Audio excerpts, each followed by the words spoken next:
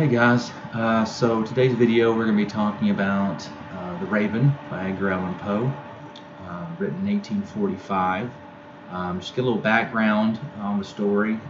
First of all, you can notice this video just deals with stanzas 1 through 9 because it's an 18 stanza poem, and it'd be a really long video to talk about the whole thing because there's so much to pull out of this poem. So we're going to do stanzas 1 through 9 in the next video, 10 through 18. But The Raven was written in 1845, and throughout the 1840s, Poe really hit his stride. We get The Telltale Heart and The Mask of the Red Death and The Fall of the House of Usher and so many of his other works that he's well known for. But The Raven really made him famous. It was an overnight success. It was kind of scary. It frightened people. He would go and do lectures and do presentations of the poem to huge audiences, and things just were going really well for Poe. The really sad thing about the whole thing with The Raven is that Poe, and there's varying reports about how much he was paid. Some reports say he's paid $9 for it. So the one I've heard the most is $14. You go, well, that's terrible. Yeah, well, $14 in 1845 is a bit different than it is in 2020. In fact, if you do by an inflation calculator, that means he got paid about $400 for The Raven. And you go, oh, $400, that's a good amount. Yeah. But when you think about it, what if you wrote this masterful piece and it was going to be published? You'd want more money, right? That every time it gets sold, you get money, what are called royalties. In those days, they didn't have a lot of copyright laws like they do today. And if editors knew that you were in need of money, they would just pay you whatever they wanted to pay you. And Poe had to take what he could get, and so at that time it was $14 for this great piece of literature. Didn't really help him. It did help him, in a way to financially, but really it was really a low amount of money for such a magnificent work. So let's break down the poem stanza by stanza, stanzas 1 through 9. So in the first stanza, some of those famous lines in poetry. Once upon a midnight dreary, while I pondered weak and weary over many a quaint and curious volume of forgotten lore. So it was a midnight. He was this narrator, because it is a narrative poem, because it tells a story. He was pondering. He was tired. He was weak, and he was a curious volume of forgotten lore. So he was reading a book about some adventure or something. A volume of forgotten lore, something from the past, and then he hears this rapping at the chamber door, a tapping, and he says, well, 'tis some visitor entreating in. I'm tapping at my chamber door, only this and nothing more. So he hears this, okay, and you think, oh, it's just some visitor, some late visitor, right? Well, he begins to set the mood here in stanza 2. Okay, so if you're following along. Distinctly I remember, it was in the bleak December, and each separate dying ember wrought its ghost upon the floor. Eagerly I wished the morrow, vainly I had sought to borrow from my book's surcease of sorrow for the lost Lenore. Okay, so this is really key and important here. He sets the mood of it by, it was in the bleak December, so it's cold, and all the trees have lost their leaves, and it's not very attractive, and the fire's down to the embers, which are the little coals that burn. And Poe, just the imagery here is beautiful. He says, each separate dying ember wrought its ghost upon the floor. So if you're of course in those days they didn't have electricity, right? So you'd have candles up, but all he has really going is a fire, at least it appears that way. And so it makes little shadows on the floor as the embers kind of glow in and out. Have you ever seen that on a campfire when you're letting it burn down? Or if you have a fireplace at home and the wood is just burning down, okay, you get the little pieces of wood that are still just kind of just showing some light. And so it really sets the mood there, really dark and somber. And it tells us here he wished the morrow. He wanted the sunlight to come. He wanted the next day to come, because he had sought to borrow from his books, from my books, surcease of sorrow. Something surceases, it stops. So a surcease of sorrow for the lost Lenore. So he was reading these books to distract himself from this Lenore. Okay, we don't know who she is. We can infer that he must have cared for her deeply or was in love with her, because he says, sorrow for the lost Lenore, for the rare and radiant maiden whom the angels name Lenore, nameless here forevermore. Poe uses a lot of alliteration in this. Alliteration is the repetition of initial consonant sounds. So rare and radiant. In the earth, weak and weary, in the first stanza. So it really keeps the beat going. It got a lot of meter in this poem. Okay. Some like visitor entreating entrance at my chamber door. This it is and nothing more. Okay, so there's a real beat to it. It's called meter. Okay, and so the rare and radiant maiden, he believes the angels named her Lenore, so she must be very special. Okay, all right, stanza 3, and he continues with this wonderful alliteration. And the silken, sad, uncertain rustling of each purple curtain thrilled me, filled me with fantastic terrors never felt before, so that now to still the beating of my heart I stood repeating, 'tis some visitor entreating entrance at my chamber door. Some late visitor entreating entrance at my chamber door. That it is and nothing. This it is and nothing more. So the curtains, the silken, sad, uncertain rustling. It's beautiful language. The silk curtains. If you've ever been around silk, if you take silk and you kind of rub it, especially thick silk, you rub it together, it makes kind of noise. Okay. So the purple curtain thrilled me, and he started getting these ideas in his head, these fantastic terrors never felt before, because he's obviously, we can assume that this woman is either gone or she's dead, Lenore. Okay, and you do find out later what's happened. Okay, and so his heart starts to beat. So to still it, he speaks out and he just says, it's just somebody at my chamber door entreating entrance. They're knocking at the chamber door. That's all it is. Okay, that's it. So he says in stanza 4, presently my soul grew stronger, hesitating then no longer. Sir, said I, or madam, truly your forgiveness I implore. But the fact is I was napping, and so gently you came rapping, and so faintly you came tapping at my chamber door, that I scarce was sure I heard you. Here I opened wide the door. Darkness there, and nothing more. So he speaks out and says, truly your forgiveness I implore. I'm very sorry, but, I was napping and you came just barely tapping on the door, and I scarce was sure I heard you. I'm sorry I didn't get up. Okay, and he opens the door and there's nothing there. Now, what does that mean? Well, he's either hallucinating or there's something supernatural, something weird going on here. Okay, that he heard it, because he swore he heard it. In fact, he heard it more than once. And so he just stares into the darkness. Okay, so that puts us into stanza 5. Deep into that darkness peering, long I stood there wondering, fearing, doubting, dreaming dreams no mortals ever dared to dream before. But the silence was unbroken, and the stillness gave no token, and the only word there spoken was the whispered word of Lenore. This I whispered, and an echo murmured back the word Lenore. Merely this, and nothing more. So he just stares into the darkness that's there, and he starts getting these ideas in his head, dreaming dreams no mortals ever dared to dream before. But the silence was unbroken, and the stillness gave no token, and the only word there spoken was the whispered word Lenore.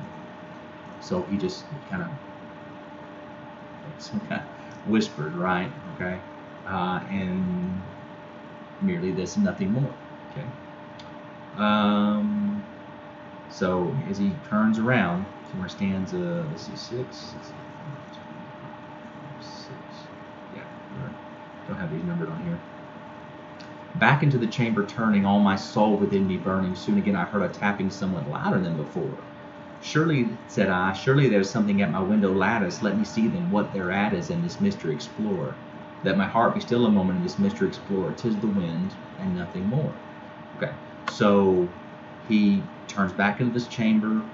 He heard a tapping, but it's louder this time. Surely that is something at my window lattice. Let me see then what their at is. So he's got to make lattice rhyme with something. Okay, so he says, window lattice, let me see then what their at is. Okay, that's great. In this Mr. Explorer. So, 'tis the wind, nothing more. So something tapping and something's banging up against the window. It's the wind blowing. How many times you hear that in a a Scooby-Doo thing or in some kind of a haunted house? What was that? Oh, it's just the wind. Okay. So he goes over to the window, and he says, "Here, open here I flung the shutter, when with many a flirt and flutter in there stepped a stately raven of the saintly days of yore. Not the least obeisance made he, not a minute stopped or stayed he, but with mien of lord or lady perched above my chamber door, perched upon the bust of Pallas, just above my chamber door, perched and sat, and nothing more." So he opens the shutter, and in steps this raven of the saintly days of yore. So this ravens have been, well, first of all, raven, if you don't know, it's a bird, right? Okay.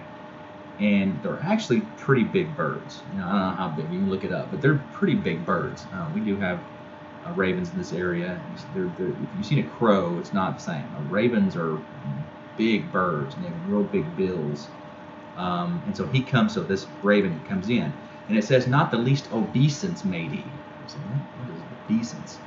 Obeisance or obeisance is if you meet somebody for the first time. In many cultures, there's a greeting. Sometimes we shake hands. Sometimes, in some Asian cultures, there's a bow that is made, right? If you meet a member of royalty, or if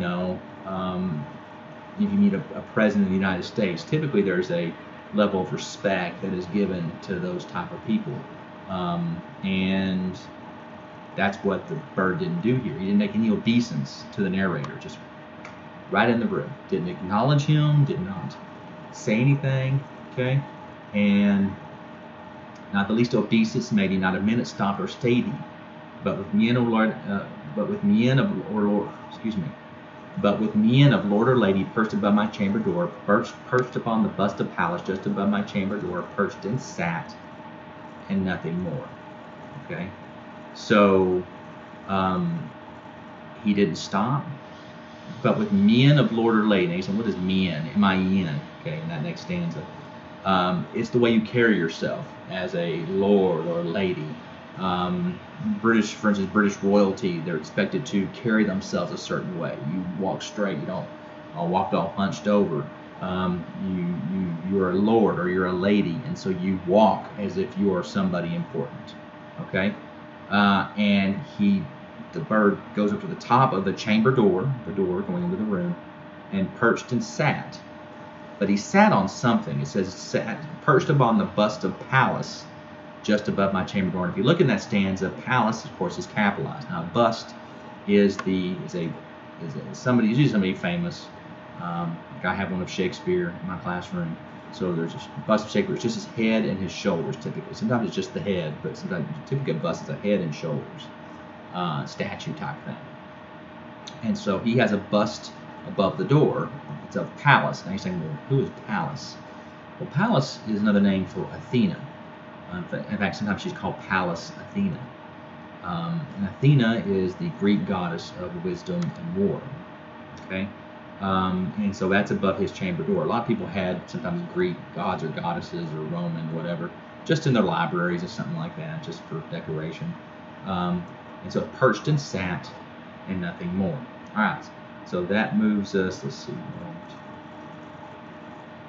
So that moves us into stanza 7, and now we're moving into 8. So this will be the last one we cover in this video. And we'll go, so you can go to stanza 9. Stanza 9, so you stanza. Okay, so we're moving into stanza 8 now, so we'll go to stanza 9, and then 10 through 18 will be the next video. Okay?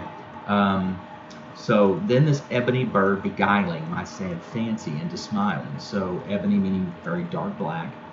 Beguiling, which means to trick or to fool.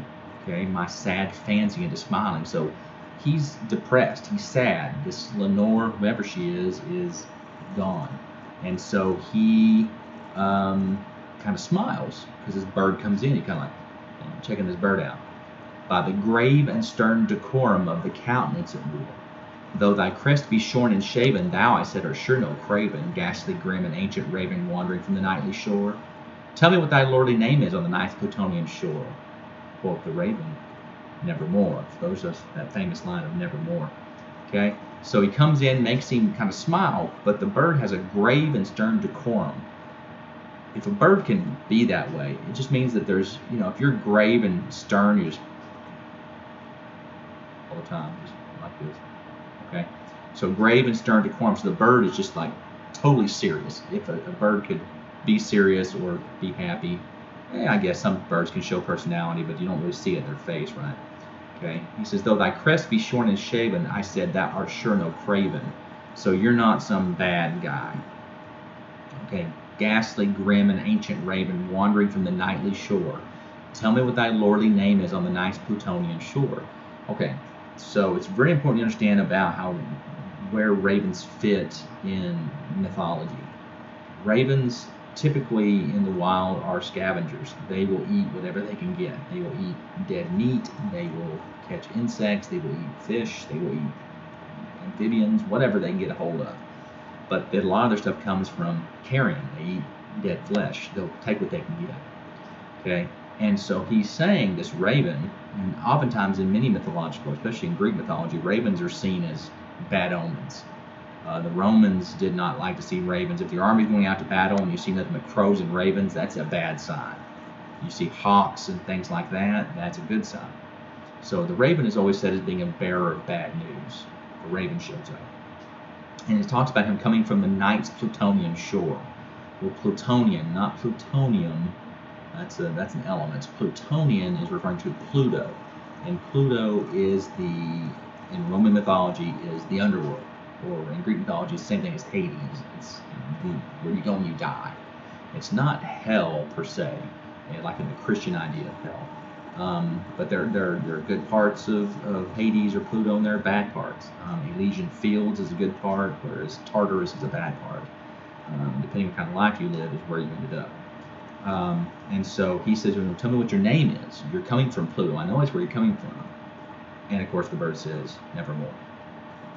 So in the next stanza, in stanza 9, the narrator's like, well, first of all, the thing spoke.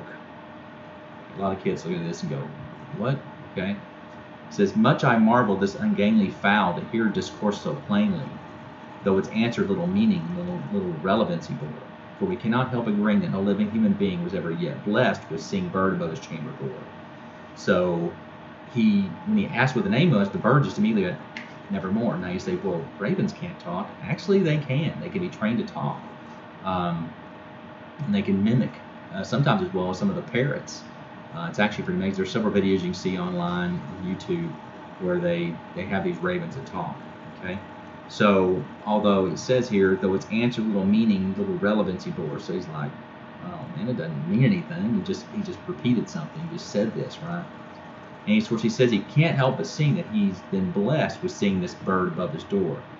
But bird or beast above the sculptured, but upon the sculptured bust above his chamber door with such a name as nevermore. So he sees himself as blessed as having seen it. I don't know if he actually believes that or he's trying to convince himself of that. Okay. So here we have this bird who actually talks, but if you know anything about the poem, that's the only thing he's ever going to say is nevermore, which means no, not going to happen. Okay, so nevermore. All right, so that stanzas 1 through 9, and in the next video we'll do 10 through 18. Okay.